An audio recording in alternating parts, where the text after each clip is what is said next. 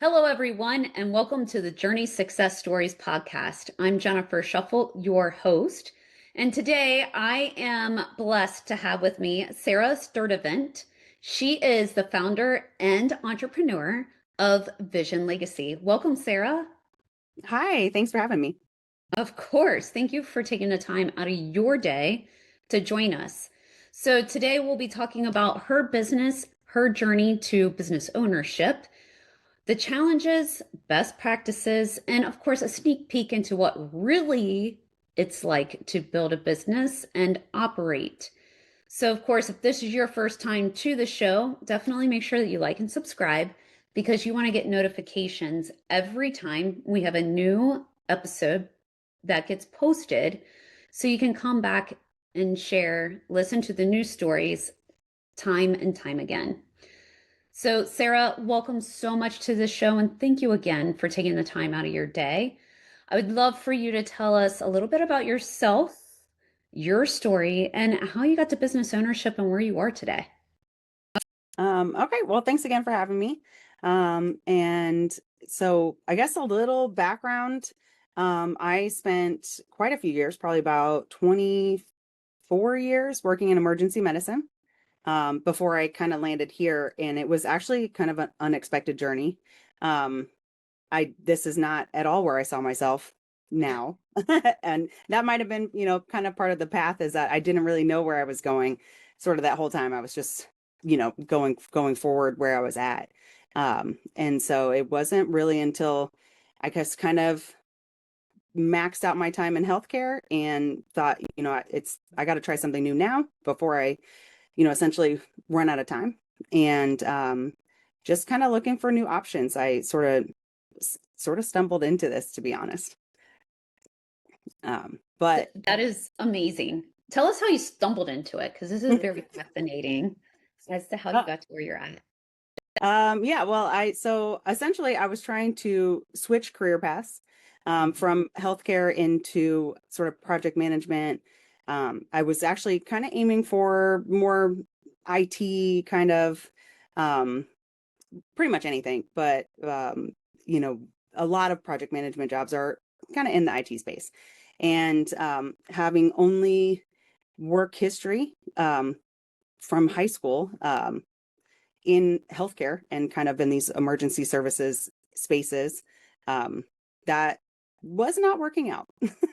um, and so about 175 job applications later, I met somebody who actually did a very similar job, at the hospital that I had, kind of finished in sort of this auditing and billing space, and they had a same path, and they were advertising, to see what they were doing, and it was actually kind of a vague, it was kind of a vague post, but at that time I was like, you know what, let me see what this is all about. And so I met with them, and they kind of introduced me into working in financial services and educating families. And they were really focused on educating people from the healthcare background. And so I thought, well, I kind of tick those boxes. I don't know anything, about financial services, but I know how to educate people. And so from there, it was just like, let's do this. Initially, it was kind of a space filler. I thought, well, I'll do this until I find that dream project management job. But after actually a pretty short amount of time, about 3 months, I thought, this is actually where this is where I'm meant to be. I wanted to have more control over, um, my time and my income and the skills they were kind of teaching me. It was, you just could see this path where I could actually navigate this and become successful in it. And so, um, just got really deep into that and was really intrigued by the leadership development side, and that kind of filled a lot of boxes that I think missing that were missing, as an hourly employee.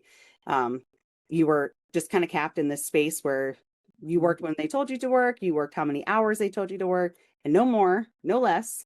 um, and honestly, when I left the hospital, it was the final straw. Really, was that I had requested vacation off like 9 months in advance, and it was denied because they said, excuse me, that somebody else in the department somewhere had also requested off.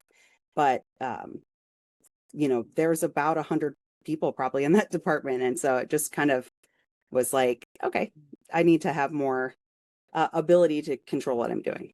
And so um, down the path I went, and every day gets a little bit better. Awesome.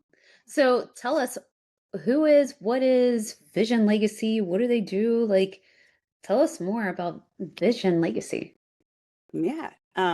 So actually, when we started out, I didn't really know what the main focus was beyond kind of financial literacy education, helping people learn more about the options and opportunities they have to protect their finances, Mm. like plan for retirement and college funding, a lot of life insurance type things. Um, and so initially it was just kind of like, I know there's a need for this knowledge because my family didn't have the knowledge that was in place when, it would have been nice to have it in place for a lot of events that had occurred that were, would have been a lot smoother had we known kind of the financial side of life. And So, so if I can jump in here, and sorry, that's but okay. all of us go through different things with life that trigger certain moments. Can you lean in a little bit more as to what happened to you guys and what you were like, oh my gosh, this is such a need, and there's so many gaps here, and we need to satisfy this because people might be going through this and really need you. So can Yeah. you lean in and kind of tell a little bit more about that story? I know it's personal. Yeah, yeah, no, that's fine. So, kind of the main turning points, right? My parents were entrepreneurs as well, and they were small business owners, um, but they were also artists first. So, they were really focused on kind of the art side and things like that. And so there was just some knowledge gaps there that you could see, along the journey. But ultimately, some of the biggest turning points really for me personally, would be when, you start to realize what I'm making now isn't covering everything. And if we don't make a change, how can that shift? And so it was either find a job that pays more, um, and hope for the best, or start to figure out how do I plan for retirement and things like that. I Mm. had my own kids, and just wanting to be able to say to them, we have all this stuff covered, we can do all these things, and just have that planning in place, instead of kind of chasing all the time. We knew we wanted to make a change there, but wanting and knowing how to are two different things. But really kind of the final pivot moment was actually when my father passed away. And um and and it really wasn't until after he passed away that you really see the gap where he didn't have any life insurance coverage in place. He honestly didn't really, it was really hard to get into the bank accounts and things like that and have all that stuff changed, and just kind of manage that side of things.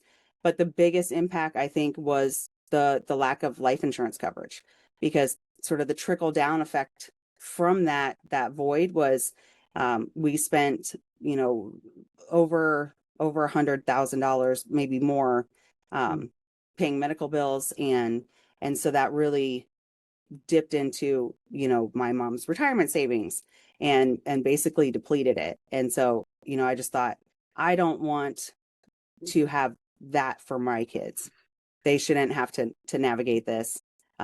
There's got to be some changes that we can make. But it honestly, it didn't even click until I actually started working in this industry as to what was available. I think that was kind of the biggest eye opener for me, was how come nobody's sharing this information? Why doesn't everybody know this, right? We know start a savings account, start a checking account, all those basics. But we don't necessarily, not all the time, know a lot of options beyond that. Um, and we talk about on our team a lot, car insurance is mandatory, right? You have to protect your car from bumping into somebody else, but they're not even really trying to share the information on protecting yourself for your family or protecting your family. Um, Yeah. and so that, I think that was the biggest kind of turning point was, I don't know how to get out of this hole, but we have to figure it out. And so, Yeah. yeah, here we Well, are. thank you for sharing that story. And I can tell you, of course, parents, us, we're aging every day. So, what does that even look like for us? So, when I think about vision legacy, is it like 401ks, mutual funds? Tell me more about what you guys do, because I know you talked about life insurance. So, kind of tell us about what's different for you guys. So we work a lot kind of in the life insurance products space. And so that is actually pretty vast, to be honest. It's beyond just a death benefit. A lot of people that I talk to, we always ask them, what when you think about life insurance, what role does that play for you? What does that mean to you? And most of the time, they're talking about when I pass away, to cover. A lot of times, it's really just to cover funeral costs, which is that's a huge worry for a lot of people, and rightly so. It's very expensive. Um, and but we cover living benefits and things that can actually protect you while you're alive. If you get sick or ill or injured, a lot of times you have opportunities to have coverage that will pr protect yourself and your family and finances in that aspect. But we also work a lot in retirement planning, mostly kind of, I consider it more on the protection side, um, where a lot of, and I'm not a financial advisor necessarily, more of a Yeah. strategist. And so a lot of times people don't know anything about their retirement accounts, right? Especially if you have employer benefits, typically you sign up for those when you start working there. Somebody kind of indicates how much you should put in it, or what's the max, what's the minimum. And that's what you do. And then you just hope that you either stay working there, or by the time you retire, it's enough to carry on for the rest of your life. Unfortunately, a lot of times it's not. And so you have to really look at your options and see what's out there. And so we really try to educate on a kind of across the board, but we focus a lot on like fixed index annuities and things like that can really help protect from market losses. So, Ah, very important. So, market losses. There are a lot of people that maybe put their money into the stock market because that's what they've been told to do. And then they lose a lot of money. Like, so these fixed index instruments, tools that we have available. Tell us a little bit more about, okay, the market crashes because you hear about these. What does that look like now if I have some of these tools in my tool belt? yeah, excellent. So they really look like they mirror the growth of the stock market, right? When the stock market goes up, so does your money. If the stock market goes down, you don't really have any growth there because the stock market's down, but you also don't have the losses. And so what we really look at is that when you have a loss, you have to recover, right? So so if you drop 10%, just coming back up 10% is not going to start you growing from where you left off if you've had that deficit. And so with the fixed index annuities, that's one of the opportunities it kind of gives you, is that you aren't going to lose the money in there. So Got that's it. yeah. Which is also why it's so important when you're starting to think about retirement Yeah. and it's coming up. Well, you want something that's more, how can I mitigate my risk so that then I can still retire with a vast majority of hopefully what I already have and what I've made? Yeah. Yeah. And so we kind of look at, like, 401ks and other things, or you could kind of consider those in the growth zone. If you have a 401k is really designed for long durations, right? So you can kind of ride out those waves, and fingers crossed, when it's your time, the market's up. And a lot of times if it's down, there is not much you can adjust about it, except for maybe don't tap into it yet. Keep working, or just you have less. But there's some pivots that you can do to diversify. And that's usually what I like to kind of talk to people about is you need to educate yourself on all the options so that way you have multiple buckets. So you don't end up with one that doesn't last. Because Yeah. a lot of people now they really worry about running out of the money in a 401k Mm, versus, when we had a lot of people retiring with pension plans, that wasn't a concern. You can live forever and they will continue paying you. But now 401ks, they will only pay you until that account is zero. dry. And then there's no more payments. And sometimes that could be rapidly fast for a lot of people. Yeah. Especially if maybe you don't know how to manage your money or what that looks like, or cash flow perspectives, or even forecasting and all that fun stuff. Yeah. And if So, it's still it's still riding that wave. So even as you're pulling out of it, you could have some drops that are happening that are, true. yeah. Yeah, absolutely. Great point. So, there's another prong to what you guys do, and agents. So, not only are you looking for people to also spread the wealth and the education that you've now gained, but also to grow the business and to grow the company. So, talk to us a little bit more about agents and what you're kind of looking for, and what would that look like for them, even? Yeah. So I think this is one of my favorite sides, I think, of the business is kind of, we call it our leadership development side. And for vision and a lot of people in this space, we really actually are focusing on creating a space for um, women to really succeed and grow in this business. Because, historically, financial services and all these things are really male dominant. But now we're actually seeing a huge growth of success Mhm. coming out from women getting into this industry.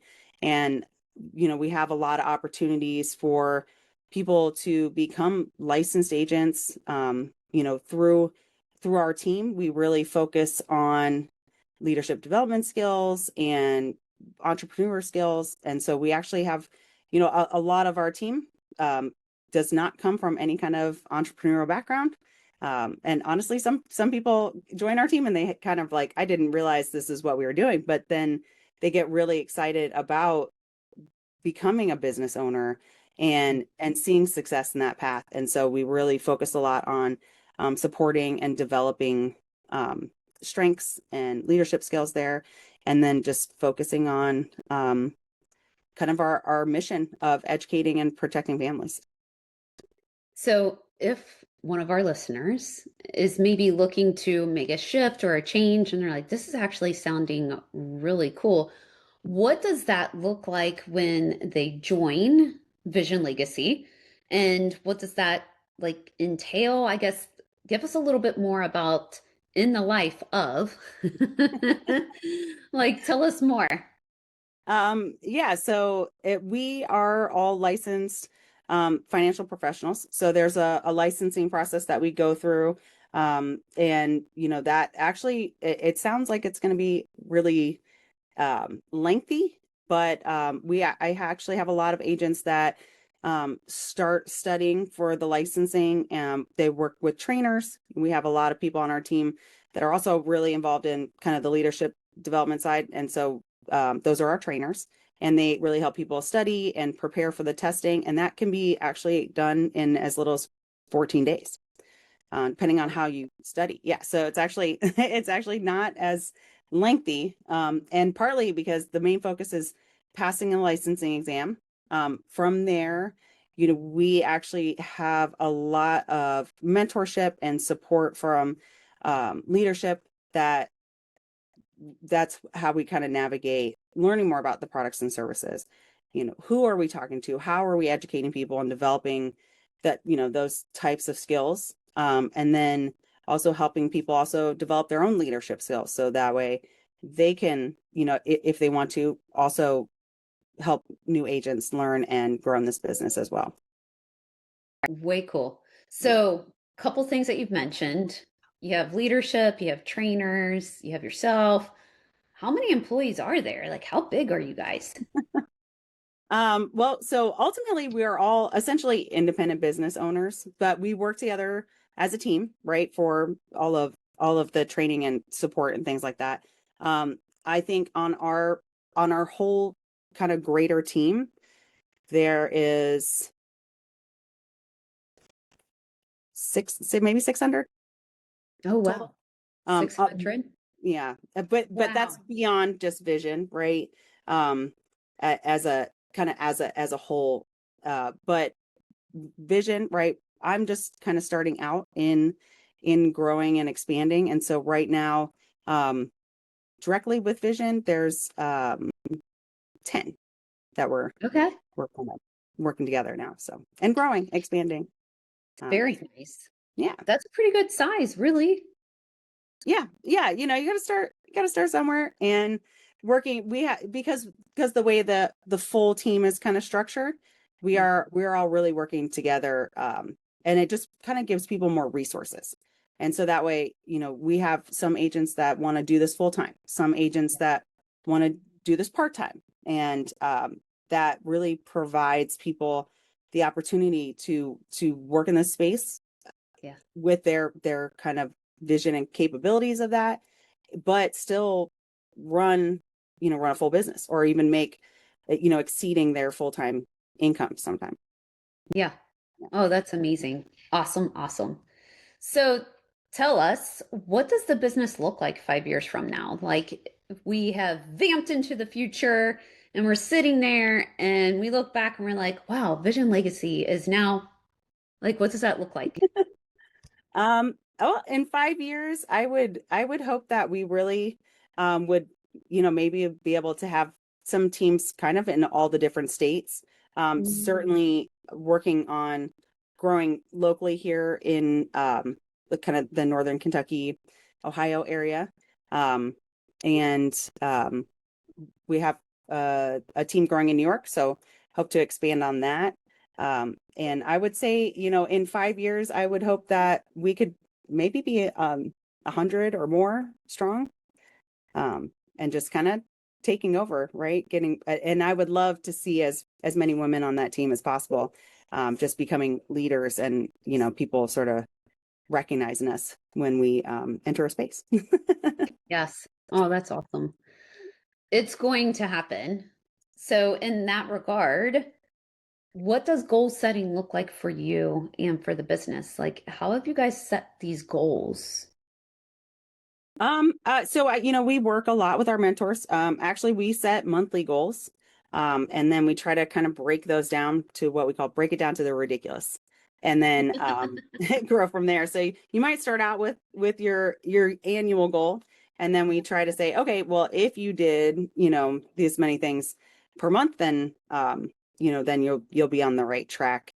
Um, so uh we kind of look at how many families can we help Mhm. in a certain amount of time. Usually we're looking kind of in a month span. How many families can we educate? Yeah.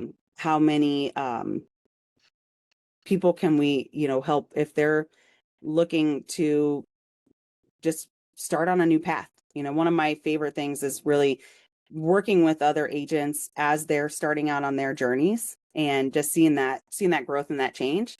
And Yeah. so we try to set goals for that, like how many people can we help them with an opportunity where they're seeing success that they maybe didn't imagine for themselves.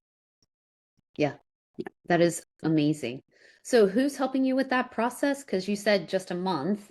That's a very short time frame. Have you guys looked out any more than just a month? Yeah, I mean, we look at like, okay, what do we want to do for the whole year?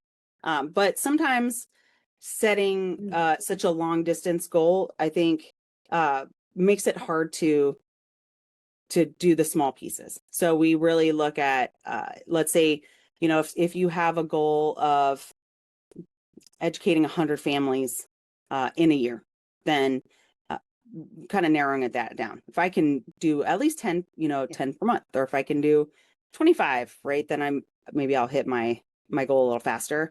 And so we all, I work with my mentors, Mhm. and we kind of run the numbers and see where we're at and try to really just, I guess, really hold each other accountable, because when you're when you don't have a boss per se, sometimes it's easy to get off track. And so we always say, we're independently in business, but we're never alone, right? So Yes. we're Yes. always together to support each other. And so we have there's another team here in Kentucky, and I work pretty close with their leadership as well, because we actually kind of started out um, at the same time. So she was actually one of my trainers. Oh, that's awesome. Yeah. Yes. So definitely, even the franchise model that Action Coach is under, we have this whole network. There's over 8,100 of me, so you never feel alone. And that's a huge piece because business owners, a lot of times they do feel alone. So, how are you reaching out? What does that mentorship look like? So, it's very important because you got to have your own tribe. Right. Yeah, it definitely helps. So we do, ideally we set some goals for everybody where they will have 3 meetings at least per week individually with Yeah. a trainer or a mentor. And then we also, our team actually, our larger team actually offers a lot of access to training. So we have 2 large group trainings per week. We have some specialty trainings that we do per month, Mm. depending on where your goals are with that with the business, and you have some extra support for what we call like our captains. And then we actually do 4 in-person events together as a team per year. So Nice. we get to travel, sometimes more, some depending on where you're going with your business. You might have more trips in there, but that's always fun to to kind of take over a space. We get Yeah. a lot of where who are you guys? What are you doing here? I love that. And we do quarterly planning. So, yes, you break it down into those monthly tranches, but you really start with that quarterly plan because it's only 13 weeks. Yeah, it goes by quick. So we also Yes. do sort of quarterly goals. For me, it helps me definitely to stay a little more focused if I'm like, okay, we're going to do this in a month. Like, um, we call it sort of like an impossible goal, where sometimes you might take this goal that would probably fit better in a year span, and Mhm. then try to condense it. And then we kind of look at that as like, okay, this is an impossible goal, but now let me strive to achieve it so it's not impossible anymore. Oh, I love that. That is brilliant. All right. So, we're already starting to come up with time, unfortunately. So, I do have a couple of rapid fire questions. Are you ready? Sure. All right. What is the key to success for you? Oh, I would say the biggest key to success would be having more confidence in yourself, right? That you can do bigger things than you can imagine. So if you have a goal that you're trying to achieve, don't really think about the in between time. Eyes on the prize, kind of um, figure out how to get there, and don't let yourself stop. Right. Love that. What is your one piece of advice that you would give to other business owners right now? Oh, I mean, there's probably so many that could. I would say find a mentor. That I think that would be the biggest thing.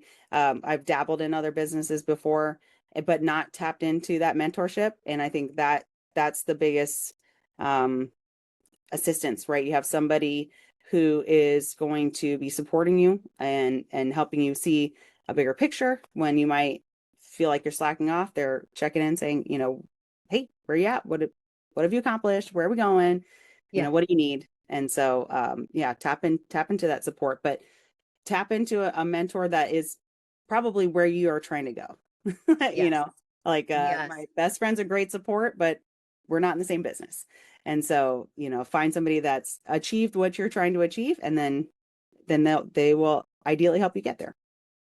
Fabulous. Yeah. All right. What is a book or podcast that you're reading or listening to right now? So right now, my top 2 that I'm kind of back and forth between is Think and Grow Rich by Napoleon Hill, Yes. and Change Your Paradigm by Bob Proctor. And I'll Ooh, have to say, like, nice. I got into Think and Grow Rich, but I knew it was a great book to read, but honestly, I really started reading it because I was reading um, the Bob Proctor books and kind of following his however I could get the information. And that's really where it was kind of like keep rereading the same thing until you've actually learned it and understand it. And so, Fantastic. yeah. So here's a fun question. If you could take a little bit of magic dust and sprinkle it on one spot of the business, what would it be and why? Oh, I think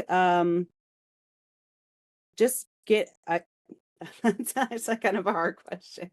I would say if I could sprinkle it on any one part, I would want to be able to sprinkle it on an area where I'm helping other people see a vision for themselves. Seeing Ah, growing into that space, right? Whether that's how do I protect my family, whichever side of the business that's on.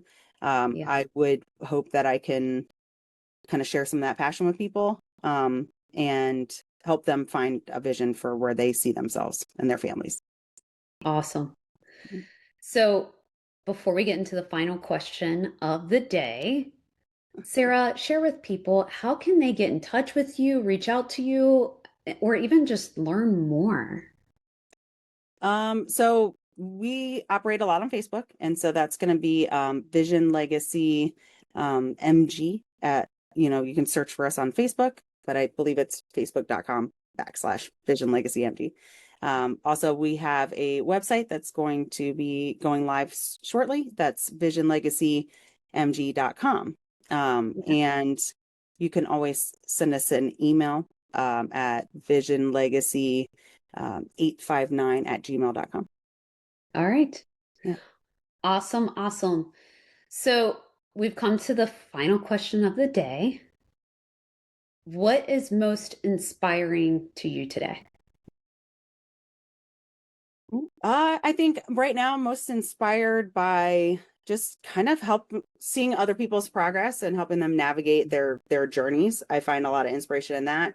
And really my kids, my daughter and my sons, just trying to help them see a bigger vision for themselves as well, whatever path that might be. And um, just a lot of kind of what level, can you achieve.